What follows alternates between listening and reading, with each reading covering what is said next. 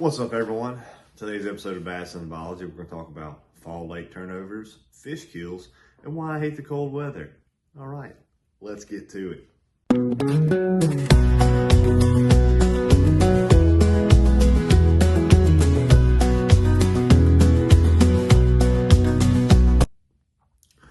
Welcome, everyone, to Bassin Biology. I'm your host, Thad Moody Outdoors. Today we're talking about fall lake turnovers, fish kills, and why I hate the cold weather. And you would think someone nice and hairy like me would love the cold. I don't. I'm out here drinking hot coffee. It's 5:30 in the morning in my garage, and it's like 39 degrees outside. And the weather here in Mississippi's done a 180 like I saw a state trooper out on the highway. Nah, ain't happening. I'm gonna drink my cold or my warm coffee and stay bundled up. But let's get back into the subject matter. Fall lake turnovers. What is a lake turnover? So when a lake turns over, that's hot of money. When a lake turns over, it is where your top layer of water, the water above the thermoclines, normally it's the, I got my notes right here.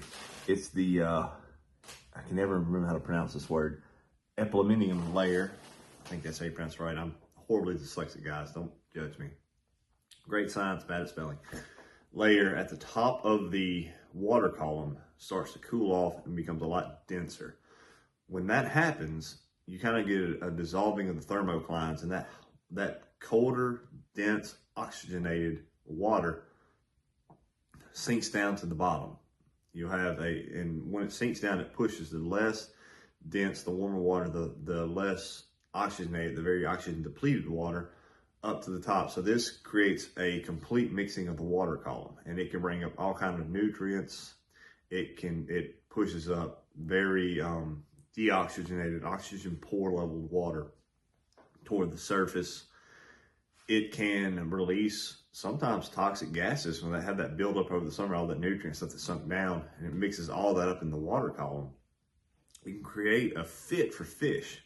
It can actually suffocate fish, and you will see fish kill-offs. And the reason behind the kill-offs are that all that oxygen depleted water that mixes into the water column, it suffocates fish. They have to have so much oxygen, so much dissolved oxygen per area of water, the best way to describe it. There has to be so much dissolved oxygen in the water, else they will suffocate.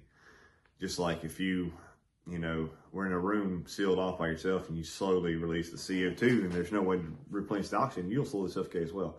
Fish are the same way. They will suffocate. And sometimes it's slow over time, depending on how the water mix is in the fall.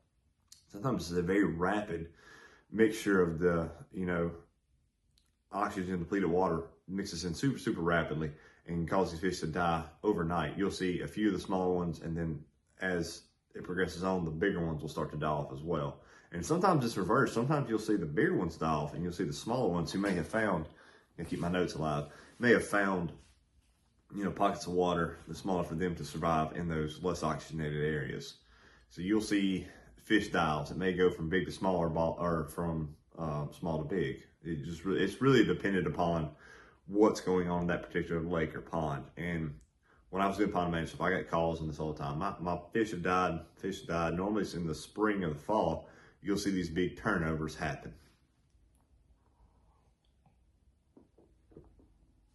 You gotta stay warm. It's like a reward for being out here in the cold. Warm coffee. We are a Folgers family again. That's world's greatest dad. My 3-year-old gave me this. He picks out the best gifts. So the mixing process begins. Oxygen pour water from the bottom to the surface. It can stir up decomposed organic matter, which consumes even more oxygen. And when that decaying matter goes up, the cyanobacteria mixes in with it. They consume a ton of oxygen with all this decomposing material. They release a ton of CO2. They use oxygen in their metabolic process to break down these nutrients, and that is even more detrimental to fish. And we're going to get into that a little bit too later on in this episode. But it's cold weather, cold fronts coming in, a sudden hard rain and a lot of wind can also cause a turnover, a rapid turnover. So if it's cooling real bad and all of a sudden you have a cold front coming in one night, mixing with a ton of cold rain, and a lot of wind, mixing that water really well, you have a rapid turnover. And that's where you see a lot of your fish kills. I don't need them anymore now. You'll see a lot of those fish kills come into play at that point. That cold rain coming down, that cold front, that cold air, everything hitting the surface, and it causes that rapid sinking, that rapid turnover. And the fish, it just shocks them. It throws their system into shock. Tons of depleted oxygenated water coming up. All the good oxygenated water going down. They can't adjust quick enough. It causes huge stress. And we've talked about before how stress alone can kill fish. Weakens their immune system and everything else. So as these cold weather is getting me, as you know, that progresses, it creates a monster fish kill off. And you can see this in your small ponds. Sometimes you can even see it on big lakes in certain areas. The whole, like, Gunner's Lake, on the whole lake's not going to turn over at once. And that's a good thing. You may have small, isolated, fish kill offs, but that whole lake's not going to die off at once. There's too many variations in depth and resources, water coming in, rivers coming in, feeding that lake. You're not going to see that all at once. You're not going to see a monster lake. Lake Erie, the whole lake's never going to turn over the whole thing at once. Ross Barnett Reservoir is not going to turn over the whole thing at once. It's a progression with these giant reservoirs like that. So you're not going to have monster fish. You may have isolated fish kill offs, and you're going to have these giant fish kill offs normally, unless some catastrophic event happens. Which, my memory served, there was a giant fish kill off maybe on Chickamauga up in Tennessee, where they had a big fish kill off. But it was a freak of nature event that caused it. I don't think it was a whole lake, but I think it was a good chunk of the lake when you had that fish kill off. And fishing was horrible for a little while, it got better. We've explained why that happens. And we'll talk about a little bit in this too. But a lot of times you'll see complete fish kill offs due to weather events, turnovers, stuff like that in your smaller lakes, 20 acres and down, 30 acres and down, especially like your 1 and 2 acre ponds. The fish kill offs are very common, very, very quick turnover. If it's deep enough, is very common. You'll see that a lot. Now, if your lake's no more than like 6 or 8 feet, you're not going to see a giant turnover and kill off. But you got a 12, 15, 20 foot deep lake, you'll see those kill offs happen. And fish die-offs from turnover are not just isolated to fall and winter events, the fall and winter turnover. They are somewhat common this time of year, but they are not isolated to it. You'll see some of it in the spring as well. And spring fish kill-offs could be from a turnover. It could be from something like that. Warm water rising, sink cold water coming in front, stuff like that. We will see that as well. That's when your thermoclines typically start to redevelop. You have the multiple layers of water come back into it. The water's not so much as a solid mixed up and down anymore like it is during the summer when you have the thermoclines separation of your layers in your lake. But in the spring, in your smaller lakes and ponds, you will see a rapid turnover sometimes, which could be caused, it's been 70 degrees for 3 or 4 weeks. Water's warmed up on the surface really, really good. Thermoclines are somewhat starting to develop. You have a monster cold front, storms come through, dumps tons of cold water, tons of fresh water, cold water off that lake, creates that sinking effect. The colder water drops down rapidly, brings up the undissolved oxygen, the depleted oxygen water. Again, that's what means it turns over. Flip it on your side. You got oxygen up here, no oxygen out here, and bloop, flips it on its side. Upside down, whatever you want to say. And that can happen in the spring as well through these massive thunderstorms.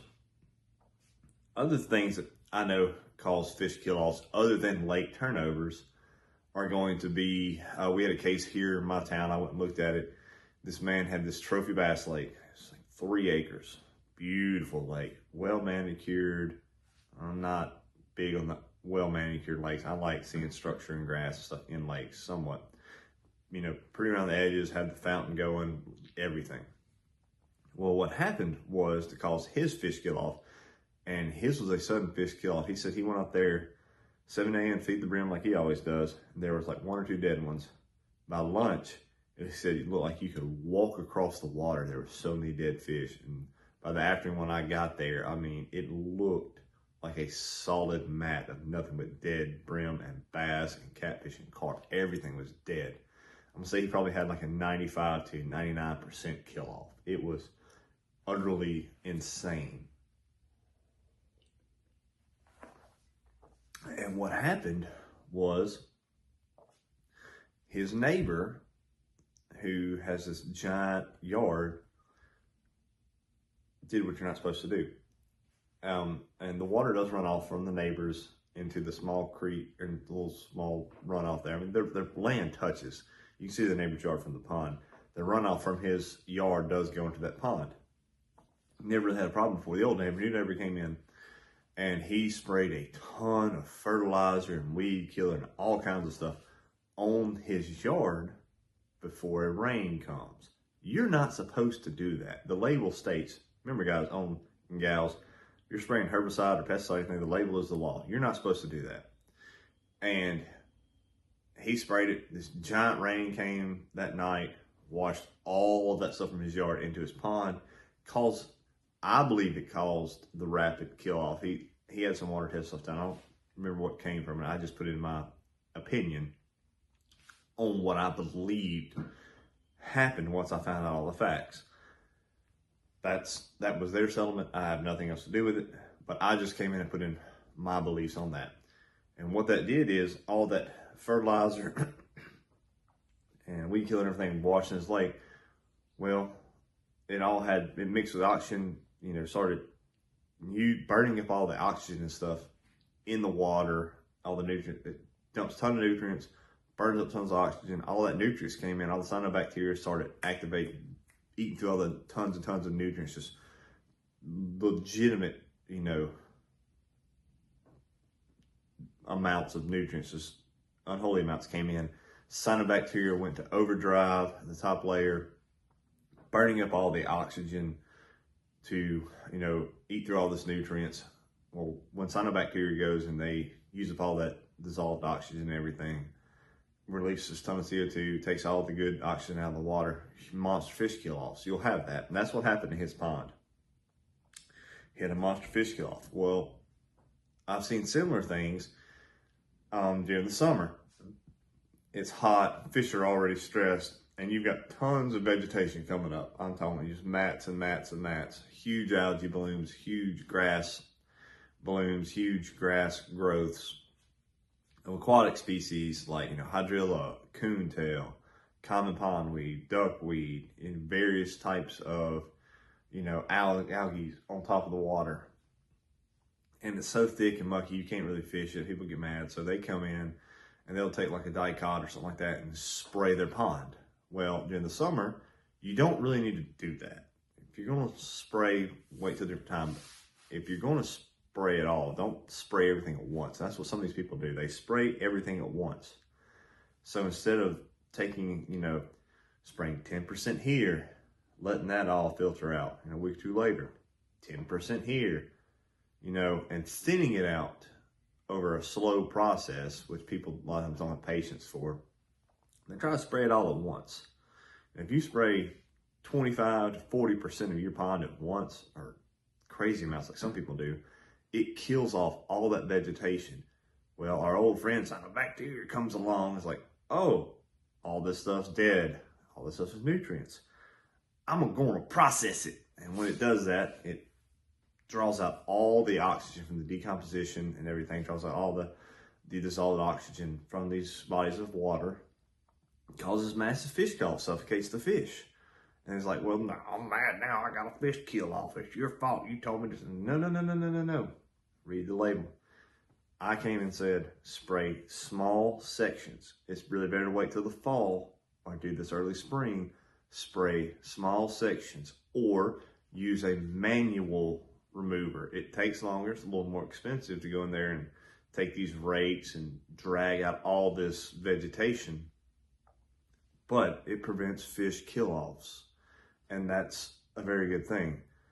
I don't like ponds that are so thick you can't fish them or swim in them or use them, but I do think grass does belong in ponds.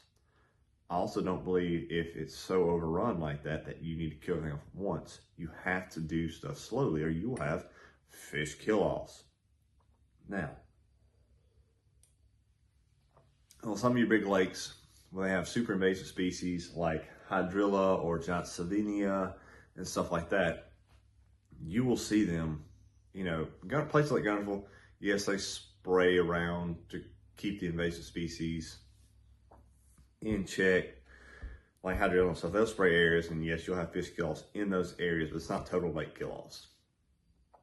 Hydrilla is a very invasive species. I know it's great for fishers. I know it creates good bass fishing. I'm gonna get a lot of flack from this. If I could snap my fingers and all the hydrilla be gone, I probably would, and replace it with some native species like coontail, which is just as good as fish habitat in my opinion, and it's a native.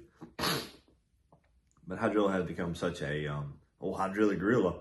It's become such a staple in our fishing world. I think it's here to stay permanently.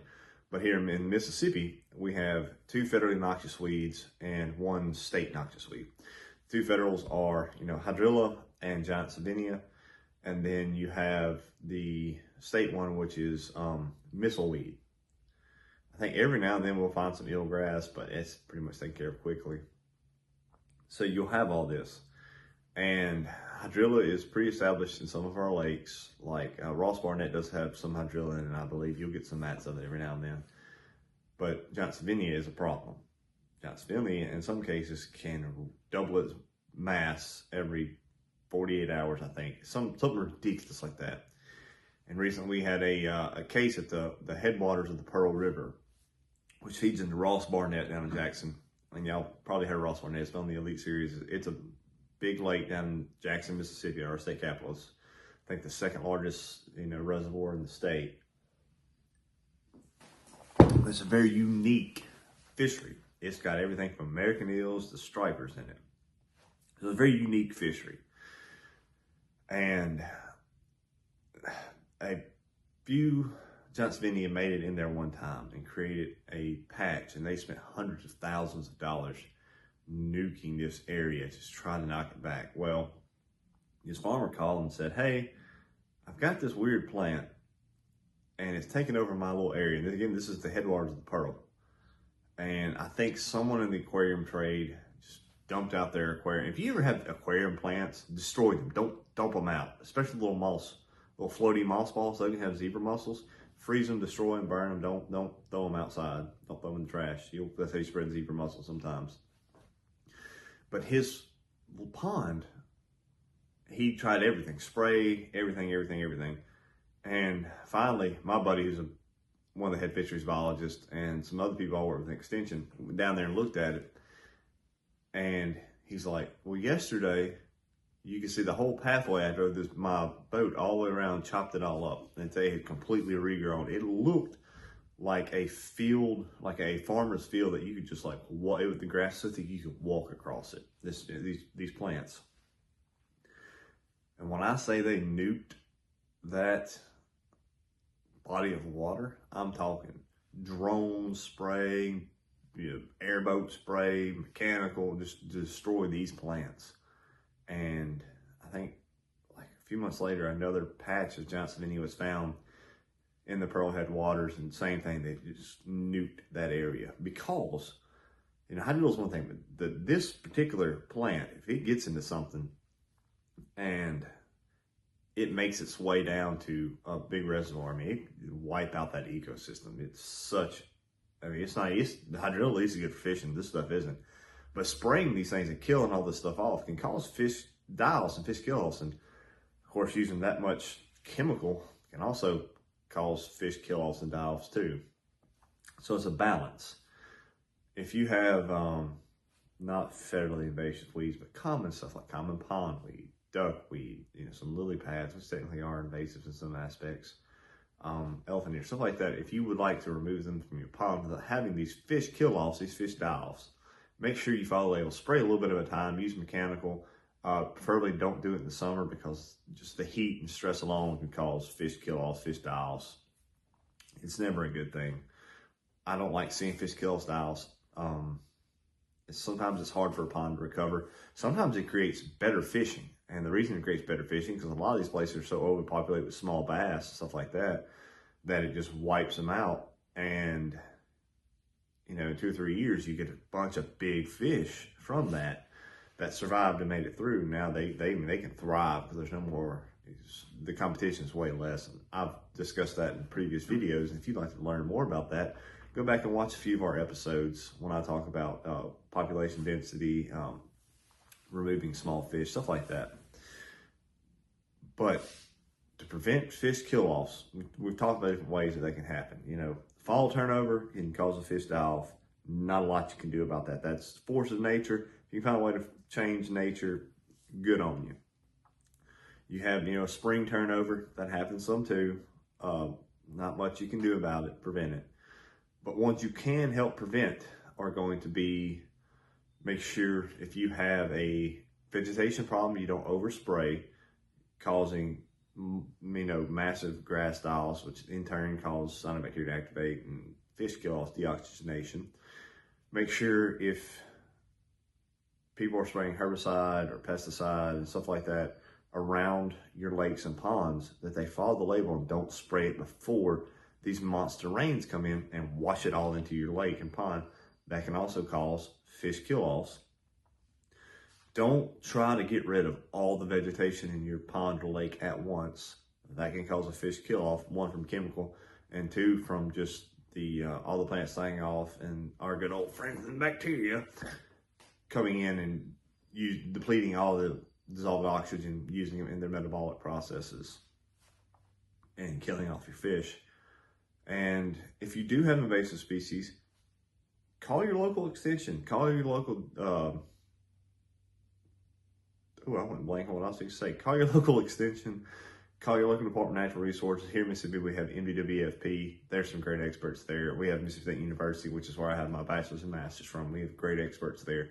They will come out and help assess and help write plans to, one, get rid of invasive species, and two, keep, hopefully, your fish and lakes from dying. They have resources that some people don't have. Or call someone like me to come out and help you. It's what I'm here for, too.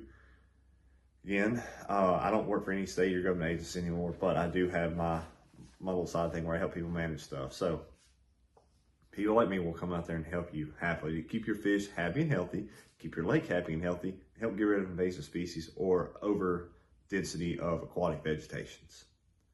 So, quick recap on all that is turnovers are going to happen. Fish die-offs are going to happen. Sometimes they make fishing better. Sometimes they kill all your fish. Can't really do much about some of the situations, but you do have control over others. If you'd like more information on this, please feel free to comment, and stuff you'd like me to talk about, I'll happily talk about it on this show. I love educating people. I love getting people going, and I love helping people grow big fish and keep their lakes and ponds healthy. So as always, take your kid fishing, be good conservationists, go out and enjoy nature, y'all. Talk to y'all later. Bye.